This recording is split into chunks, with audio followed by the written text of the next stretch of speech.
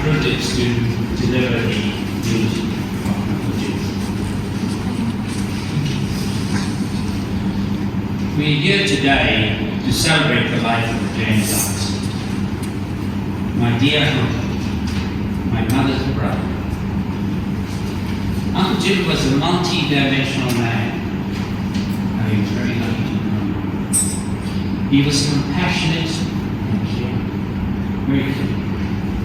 He was fun-loving, but also a serious and had a spiritual side to his personality. Born in Johor, I'm probably getting the pronunciation wrong. A small railway town in South India. That was 96 years ago. He would have turned 97 on the 20th of this month. His birthday is not long to go. He was generally positive and confident about the future. He recently told Oral, my cousin Gordon's wife, that he was like Johnny Walker. He keeps walking. He's John walking. Uncle Jim attended St. Joseph's European High School in Bangalore. This was a prestigious school. My grandfather made sure that he had a bright boy and was very sent to that school. He successfully matriculated and went on to university to study science, BSc. At the time in India, Uncle Jim could have had his pick of good careers without the need for higher qualifications. Very few Anglo-Indians at the time needed to go to university. So that generation, you can see too many, they didn't need to, because there's so many good jobs available at the time for them. However, he went on to university at the time in India, but Uncle Jim had a burning desire to learn. He always did that. Something he never lost over the years. I want to learn, so he went there. I think it was 3.5 years or something. After uni, he completed the Banking Institute competitive exams and started a career in banking. He was posted to Karachi, India, which became Pakistan after the partition. It was a terrible time of partition, so he got stuck in the Pakistani side of it. This meant that Uncle Jim could not visit his parents as conveniently as he did before. And I remember as kids we saw him on rare occasions. He would get a chance to come across from Pakistan and visit us. But when he did come to India, we all wanted to see him and listen to his interesting conversations with our parents and grandparents. He was always very popular, with no shortage of ladies to take out to the beaches and dances in those days. Beaches and dances is all we had to go. He had a U camera which he put to good use. Some said that he dispensed with the idea of using film in his camera. After a long career in banking, in 1968, he migrated from Pakistan to Perth, Western Australia. He wanted to be closer to his family. He lived with us in Perth, and we had many good times in his company. Those were the turbulent but interesting times. We were all on the steep learning curve. Haven't recently migrated, because we all migrated about the same time. We helped each other cope at school and at the workplace. Uncle Jim was with us, optimistic and wise, giving us help all the way. Not long after he had settled into a job at Atkins Motors, working as an accountant, he realized that his parents in India were finding it difficult and even dangerous. Lighthouse development, which was in a rural area of India. Most of their family had migrated to England and Australia. They were aging and alone. Uncle Jim decided to bring them to Australia and provide them with the comfort and safety they needed in their old age. not an easy decision to make. He had to have a large house, large enough and suitable for accommodating his aging parents. Uncle Jim understood the importance involved, the implications. It would forever change the course of his life. Marriage may have been put off. But he loved his parents and wanted them with him in Perth. He could not let them struggle alone in India. You may not know this, but Uncle Jim gave up his good job at Atkins Motors and sacrificed his accounting career. He settled for a lesser qualified but higher paid job in Newland, WA. The mining town. He did this in order to quickly save enough money to purchase a suitable house and bring his parents out, which he did in the early 70s. And he looked after them for the rest of their lives. There was no nursing home for them. He looked after them for the rest of their life. But he did this in order to quickly. So this meant that Uncle Jim could not continue the life of a free, carefree bachelor anymore, something he previously enjoyed. Many options were not open to him now, marriage and children perhaps. He also had to take a lesser paid, lesser demanding manual job in the railways. He did this because it was less stressful and gave him more time to spend taking care of his parents and their needs as they were aging very much. It is only after his parents passed on that he sold the house, moved on to an independent living complex in North Perth, where he lived for more than 20 years. Finally, moving to a nursing home last year. So he moved to a nursing home when he was 96, he was maybe 97. He was healthy all the time. He was a healthy man. He was interested in nutrition. I remember giving him a book some years ago, and he got copies and he gave it to his friends about nutrition, how to take care of himself.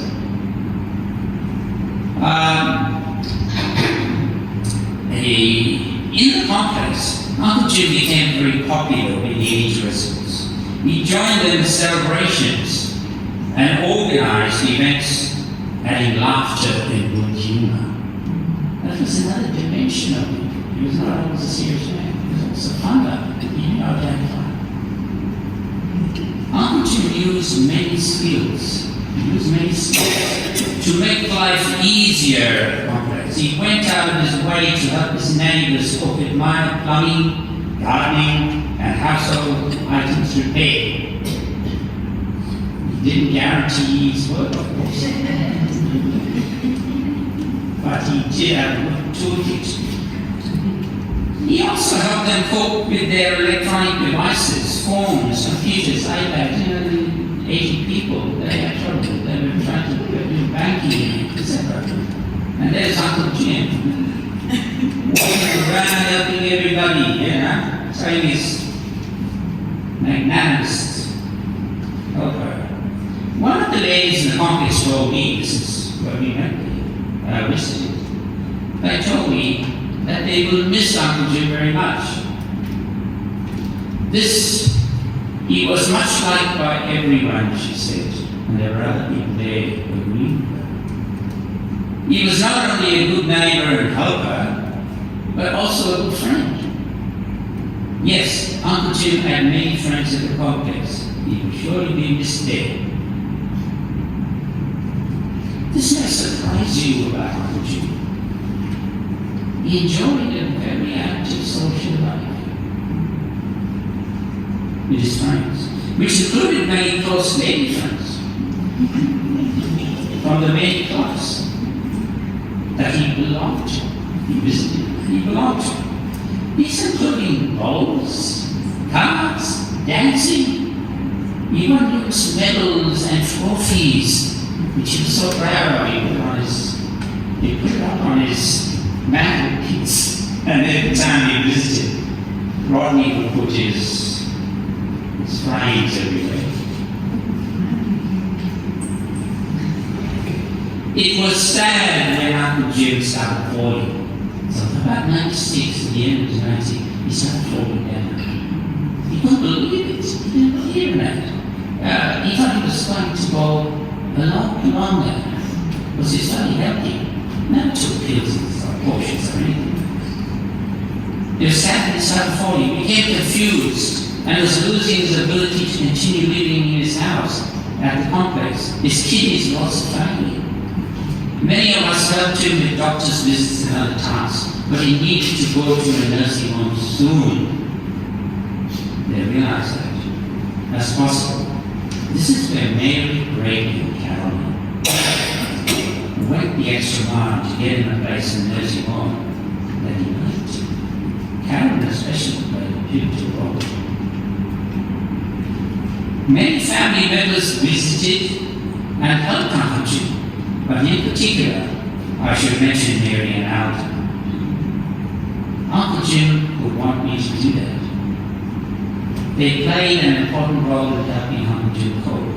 They would visit him and spend time assisting him with his support services, like medical appointments, organizing cleaning services, food delivery, and goodness knows what. There's a lot more than you can see. Uncle Jim traveled a lot. He visited England, India, Canada, the US, where he had friends and relatives. He would travel a lot. Uncle Jim had a sharp eye for bargain. Very good at bargain.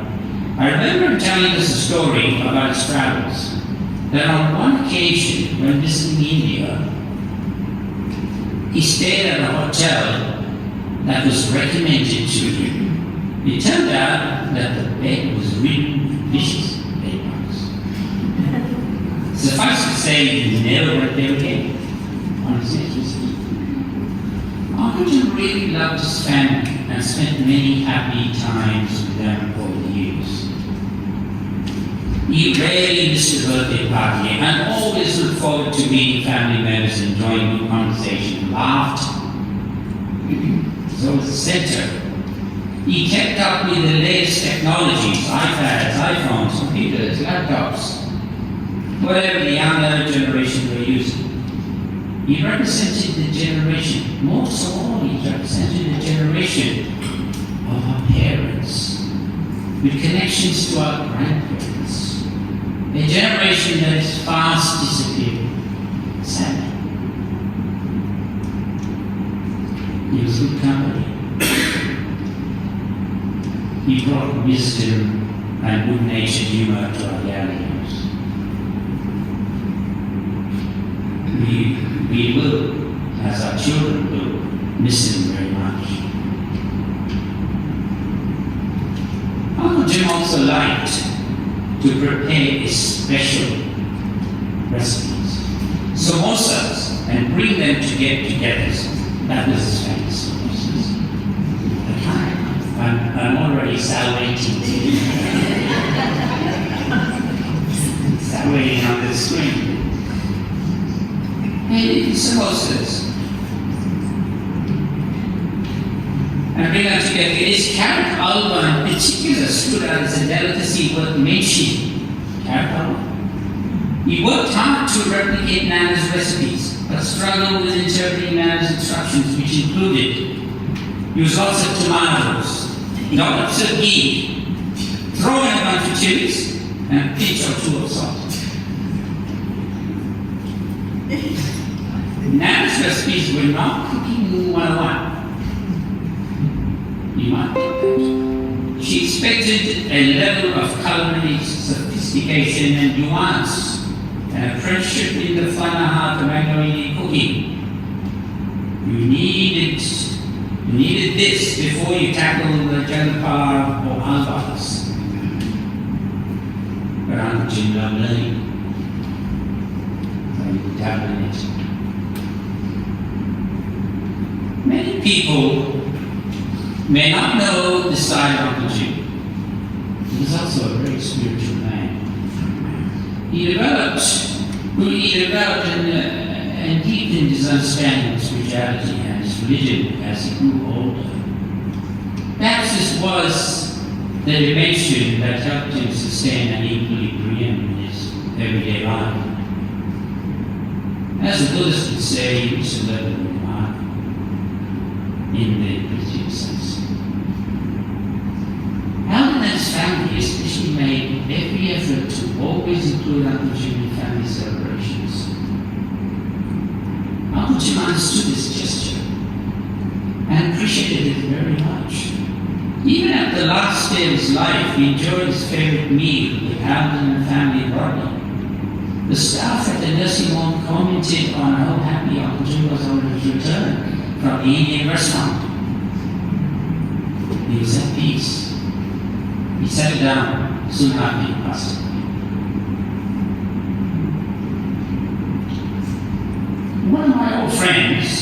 One of his old friends living in America commented on how good he looked at 96.